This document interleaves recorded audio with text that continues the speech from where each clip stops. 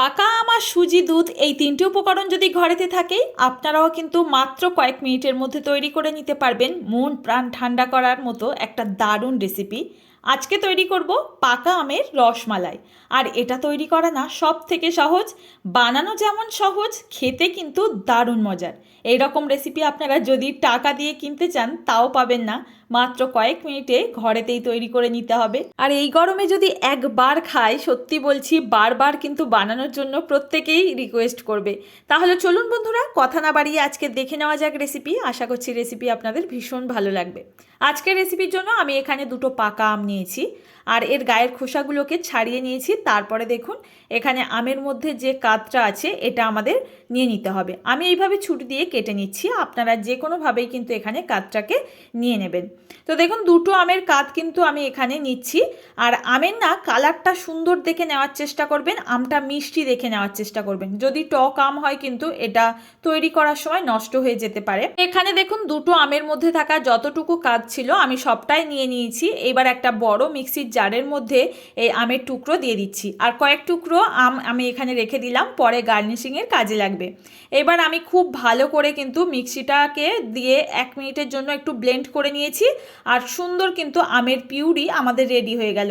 আর খুব ভালো করে কিন্তু এটাকে মিক্সিতে ব্লেন্ড করে নেবেন, তাহলে কিন্তু খুব ভালো হবে আমাদের এই রসমালাইটা।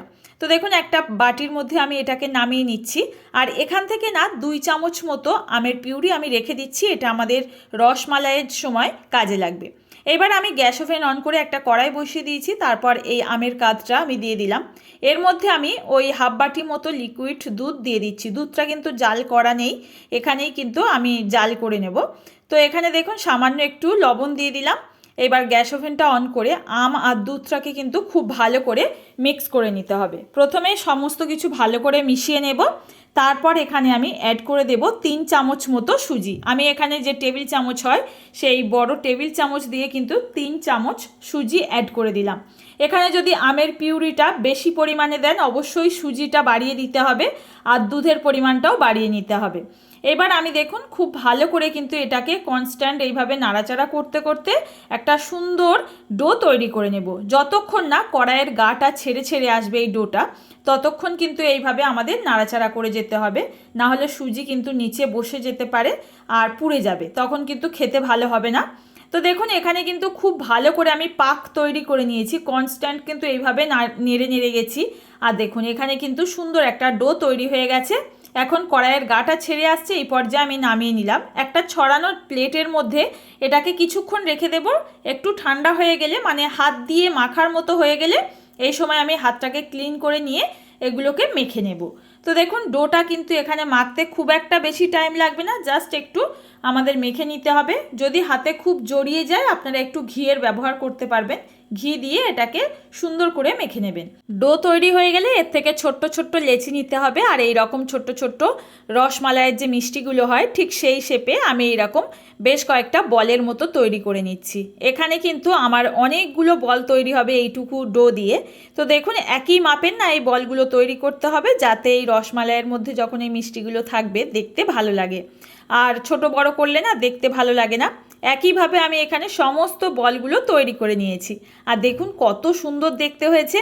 এখন না এগুলোকে আমাদের কয়েক মিনিটের জন্য একটু স্টিম করে নিতে হবে, যাতে রসমালাইয়ের মধ্যে পড়ার পর এটা ভেঙে না যায়। তো দেখুন তার জন্য একটা সসপ্যানের মধ্যে কিছুটা জল স্টিম করতে দিয়েছি আর ওপরে একটা এরকম ছিদ্রযুক্ত থালা বসিয়ে দিয়েছি, এর ওপর সামান্য একটু ঘি লাগিয়ে নিলাম।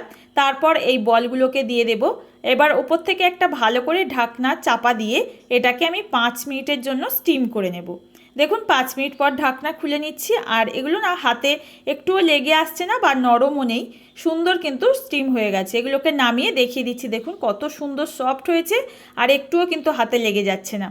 এবার আমি মালাইটা তৈরি করে নেব, তার জন্য কড়াইটা আবারও বসিয়ে দিয়েছি আর এখানে যতটুকু দুধ ছিল অল্প একটু দুধ রেখে আমি সমস্ত দুধটা অ্যাড করে দিলাম। আমি এখানে কিন্তু 500 ml মতো দুধ দিয়েই করছি আজকের রেসিপিটা। তো দেখুন এবার খুব ভালো করে দুধটাকে কিন্তু জাল করে নেব, জাস্ট একটু ফুটে উঠলেই কিন্তু হবে। এবার আমি এখানে দিয়ে দিচ্ছি পরিমাণ মতো চিনি। মিষ্টিটা অবশ্যই স্বাদ মতো আপনারা বাড়িয়ে কমিয়ে নিতে পারেন, তবে যতটুকু মিষ্টি দিলে ভালো হয় টেস্টটা সেই বুঝে দেবেন। আগের থেকে যে আমের পিউরিটা রেখেছিলাম সেই পিউরিটা অ্যাড করে দিলাম। চিনি দেওয়ার পর কিন্তু আমের এই পিউরি বা কাতটাকে অ্যাড করবেন। তারপর একটা হ্যান্ড উইস্ক দিয়ে খুব ভালো করে মিশিয়ে নিচ্ছি, যাতে আমের কাতটা এর মধ্যে দলা দলা পাকিয়ে না থাকে। যখন ভালো মতো মিক্স হয়ে যাবে তাহলে বুঝবেন এই মালাইটা কিন্তু খুব ভালো টেস্ট হবে। তো দেখুন এবার সমস্ত কিছু ভালো করে মিশিয়ে নেওয়ার পর এখানে দেখুন দুধটাকে আমি ওই 2 থেকে 3 মিনিট সময় নিয়ে একটু ফুটিয়ে নেব। খুব বেশি ঘন করার কোনো প্রয়োজন নেই, পরে কিন্তু ঘন করার জন্য আরও একটা উপকরণ অ্যাড করে দেব, যাতে একদম দোকানের মতো রসমালাইয়ের মতো খেতে হয়। তো দেখুন এখানে এবার এটাকে ফুটিয়ে নেওয়ার পর এই যে স্টিম করে রেখেছিলাম আমের বলগুলোকে, এগুলোকে দিয়ে দেব। আবারও কিন্তু 1 থেকে 1.5 মিনিট একটু হাই ফ্লেমে ফোটাবো। এই পর্যায়ে আগের থেকে যে লিকুইড দুধটা আমি নামিয়ে রেখেছিলাম সেই দুধটার মধ্যে 1/2 চামচ মতো কাস্টার্ড পাউডার অ্যাড করে দেব। তারপর খুব ভালো করে মিক্স করব আর এর মধ্যে দিয়ে দেব। 1 হাত দিয়ে দিতে হবে, 1 হাত দিয়ে কিন্তু এটা কন্টিনিউ নাড়াচাড়া করে যেতে হবে, না হলে দলা পাকিয়ে যেতে পারে। তো দেখুন এইবার কিন্তু 1 থেকে 1.5 মিনিট ফুটিয়ে নিলেই কিন্তু দারুণ সুন্দর পাকা আমের ডেজার্ট একদম তৈরি হয়ে গেল। তো দেখুন 1 থেকে 1.5 মিনিট ফোটানোর পর অনেকটা ঘন হয়ে গেছে, এর থেকে বেশি ঘন করার প্রয়োজন নেই। এটা না খেতে ভীষণ ভালো হয় এই অবস্থাতেই। এবার এটাকে আমি নামিয়ে সার্ভ করে দিচ্ছি। তবে গরম অবস্থায় বা রুম টেম্পারেচারে থাকলে এটার টেস্ট অতটা ভালো আসে না। আমি বলবো এটাকে ফ্রিজে 1 ঘন্টার জন্য রেখে দেবেন, তারপর দেখবেন ঠান্ডা ঠান্ডা খেতে ভীষণ ভালো হয়। আপনাদের কাছে অনুরোধ রইল অবশ্যই আমের সিজন শেষ হয়ে যাওয়ার আগে একবার হলেও বানিয়ে খেয়ে দেখবেন, মুখে স্বাদ না লেগে থাকে। তো এখানে ওপর থেকে একটু 4টে বল আমি রেখে দিয়েছিলাম রসে দেওয়ার আগে, সেটাকে দিয়ে সার্ভ করছি। আর বেশ কিছুটা আমের টুকরো রেখেছিলাম সেটাকেও দিয়ে দিলাম। এখানে পেস্তা কুচি, আমন্ড কুচি দিয়েও কিন্তু সার্ভ করতে পারেন। আমি অবশ্য ফ্রিজে দেওয়ার আগেই এটা দেখিয়ে দিচ্ছি। তো এখানে দেখুন কতটা সফট হয়েছে, মুখে দেওয়া মাত্রই কিন্তু মিলিয়ে যাবে। আর রসমালাইটার কথা তো বলার নয়, আপনারা একবার বানিয়ে দেখুন আমার কথা মতো, আমি বলছি একেবারেই কিন্তু ভুলতে পারবেন না এর স্বাদ। আজকের রেসিপি যদি ভালো লাগে অবশ্যই একটা লাইক করবেন, আর এই রেসিপিটা না ঝটপট করে বন্ধুদের মধ্যে শেয়ার করে ফেলুন, যাতে আমের সিজন শেষ হয়ে যাওয়ার আগে সবাই উপভোগ করতে পারে। আজ তাহলে বন্ধুরা এখানে বিদায় নেব, দেখা হবে নতুন কোনো রেসিপিতে। ধন্যবাদ।